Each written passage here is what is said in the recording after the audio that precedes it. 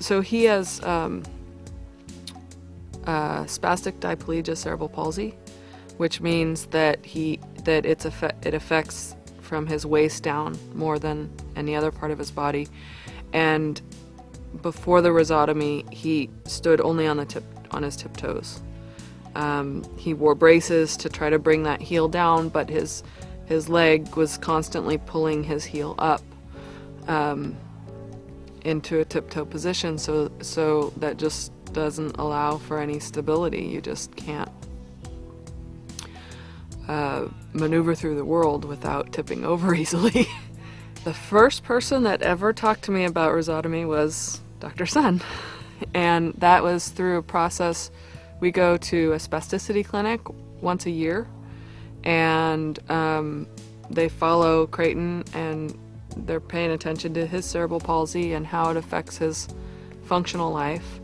And so when he was about 4 years old, Dr. Sun said that he was a good candidate for it. It wasn't time yet. He wanted us to do the research and find out if that was a good decision for us. Before he had the surgery, his legs were tight, and he spent most of his time in his wheelchair. He was out of his wheelchair at home and in his classroom, and he had canes that he could walk with, but it wasn't safe for him to be in groups of people or out in the community outside at all because he fell. Although we're looking at a picture of him now, we have to imagine a picture of him, 30 years from now. And what can we do now to make that better? Creighton went through the evaluation. We felt he was a good candidate for rhizotomy. He got the rhizotomy, and now he's walking better.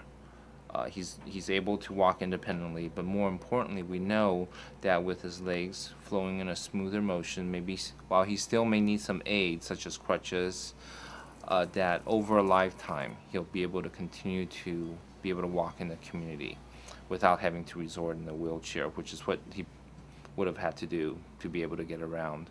How do you feel about the decision we made to have the dorsal rhizotomy? Good.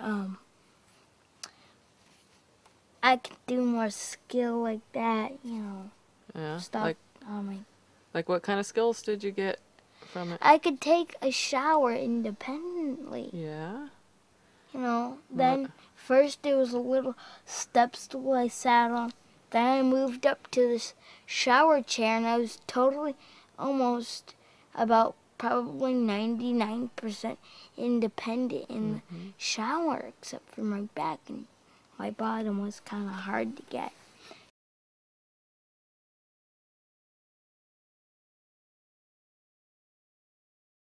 I would say rally your support. You need people to back you up, and go for it. It's hard to do, but 200 times worth it. Just changed the outlook of my son's life. And if your child can have that kind of a change in expectations, it's hard to do. But especially if you're looking at Children's Hospital in Oakland or Dr. Sun, you're in the best hands. They'll lead you through it, and I think we just got tremendously excellent care from beginning to end.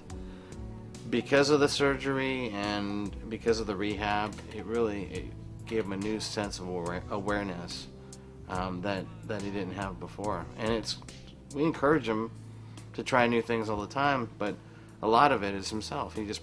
He wants to do new things, so we just let him have at it. So I think it was great.